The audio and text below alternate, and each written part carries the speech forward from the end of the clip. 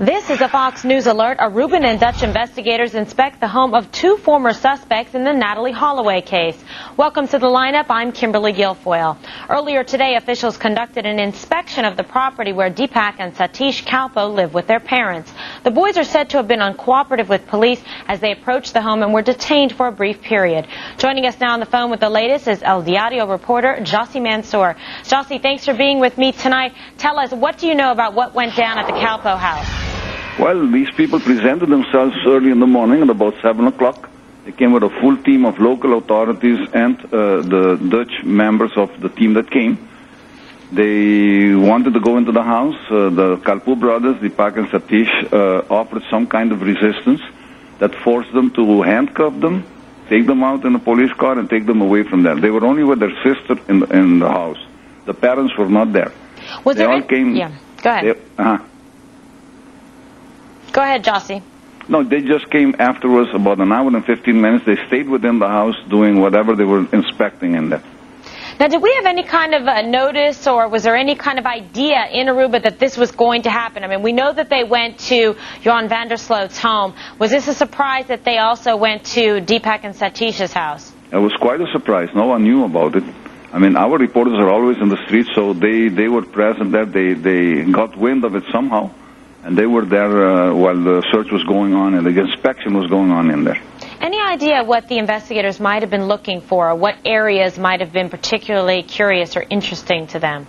You know, I believe that these people, since none of the members have ever come to Aruba, they were familiarizing themselves with all the areas involved in this case. In this instance, they went into the house. They wanted to see if they could find any kind of item, belongings or whatever. But they were not seen walking out of the house with any kind of boxes or plastic bags or anything of the sort. So you think it was more of a scene sort of inspection rather than any kind of a search or observation for any evidence? Definitely, yes. It was just an inspection, familiarization with the area, with the house where these people live, because remember, they're still suspects. They haven't been let off the list of suspects yet. Well, there are a lot of people, Jossie, that think, the critics and skeptics say that this is just a lot of show and bravado right at the end of the 2-year mark. No, I don't think so. I think these people came with a pre-plan, whatever they masterminded in Holland, according to the results that they obtained from going over the whole case. They came to conclusions. They warranted a presence in Aruba with a big team, between 10 and 20 investors. If they wanted to put up a show, they would have done it with 3 or 5 people. All right. Jossie, thank you so much for that update. Always interesting. And joining us now on the phone is the attorney for the Kalpoe brothers, attorney David Koch. David, thanks for being with me tonight. Hi, good evening. How are you? Very good. Is my picture still up in your office? Of course. You know that. Okay. Well, it's been a while since I've been to Aruba, and I've got to ask you, do I need to come back? Does this mean that something is going on with this investigation, any headway being made? No, I don't think nothing really important is happening. I must correct that today really the inspection was not supposed to be inspection of the house. It was that the prosecutor ordered for a test to be made with the cellular phones, because as you know that there were some phone calls the night of the disappearance that are very important in this case. And it seemed that they wanted to do a test to make sure that the phone was at the location where it was supposed to be that night or not. David, did you have any advance warning that they were going to go to the home of your clients to do this scene inspection?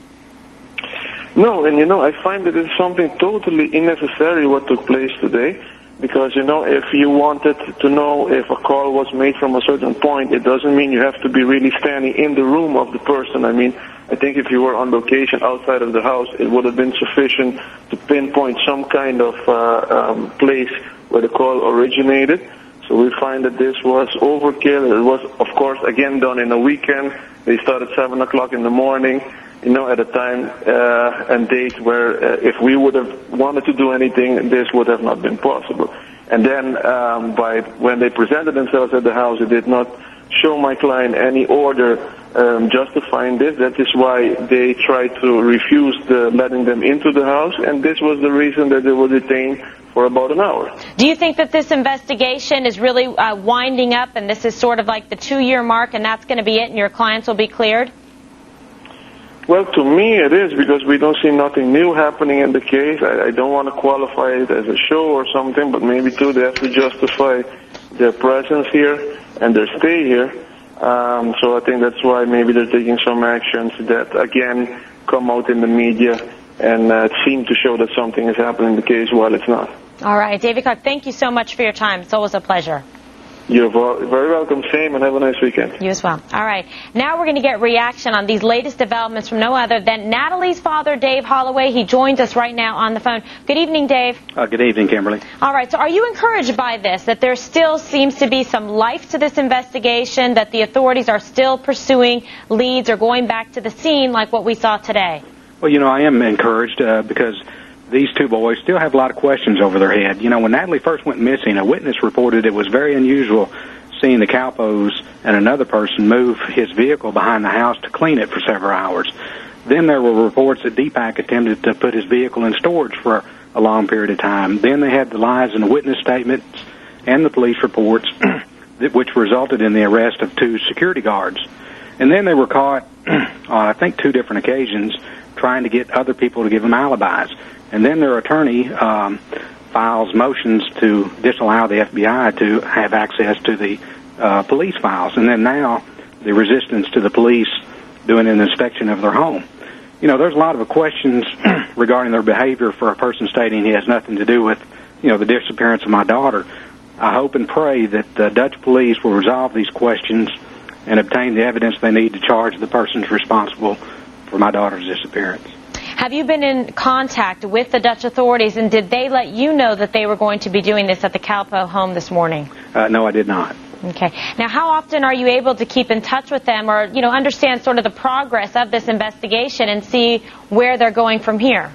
You know, the last major information we had was when the Vandersloot property was looked at, and, you know, of course, they were digging around and that type stuff. So, you know, we've had some other conversations with the FBI, but of no substance. Did they let you know whether or not they found anything that was of interest to them or helpful in this investigation when they searched over at your aunt's home? No, they did not. So at this point tonight, do you think that this is sincere, genuine efforts on the part of the Dutch investigators to get to the bottom of this case? You know, I've remained positive throughout this investigation, and especially when the Dutch police took over and the new prosecutor that, you know, will eventually get some answers. I just hope that it's not too late. All right. Well, we wish you all the best, Dave, you and your family, in the search for your daughter. Thank you so much. Thank you, Kimberly. And if you at home have any information on what happened to Natalie Holloway, please call the number on your screen. And now here's a look at what else is coming up this hour. In the lineup tonight, will Princess...